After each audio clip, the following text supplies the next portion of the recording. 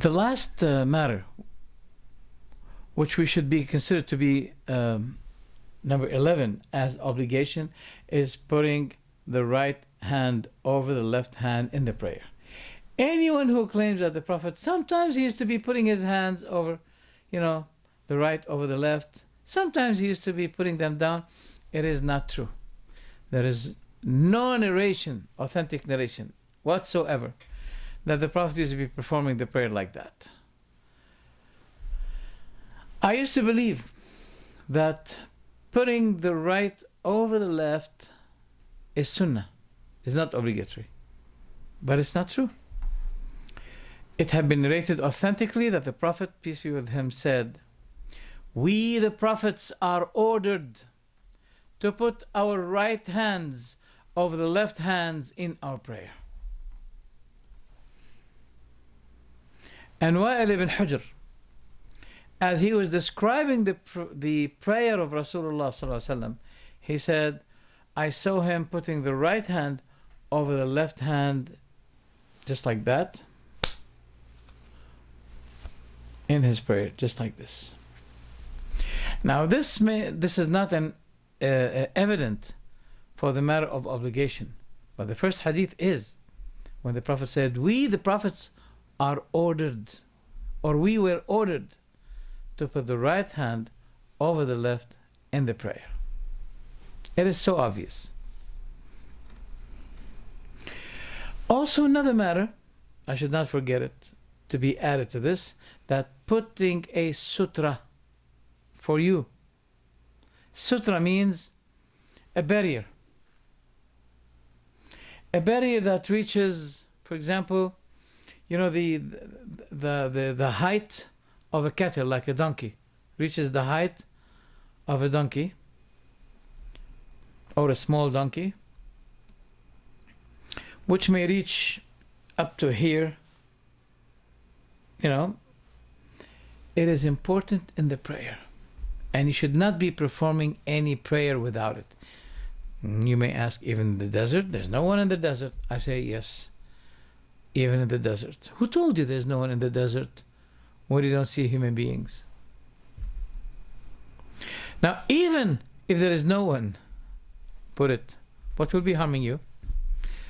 Now, number two, not number one. Number one, the Prophet was walking in the desert and he was seen putting his staff, steadying his staff before him, and he took his direction to the prayer while his staff was in front of him, and there was no person. So it is a matter of worship. It is a matter of obedience. Once I was in a masjid, and the imam was not taking for himself sutra. And I said to him, according to the Prophet ﷺ, it is obligatory to take a sutra. Then he said to me, "But I am Hanafi." I said, "I did not say to you, Shafi'i ordered it. I said to you, the Prophet ordered it. And obeying the Prophet is the madhab of Abu Hanifa, Shafi'i, Malik, and Ahmad." Oh, come on. It's been authentically narrated that Umar used to be taking someone who does not take sutra in his prayer. While he's praying, he used to be dragging the praying person without sutra, putting him at one of the pillars of the masjid to let the pillar be as a sutra for himself. The son of Umar, he used to be saying to someone while he's sitting, he said, "Sit down before me so you can be a sutra for me." Ibn Umar said it. So that means it is obligatory. It should be added as one of the obligatory matters in your prayer. Okay? No sutra.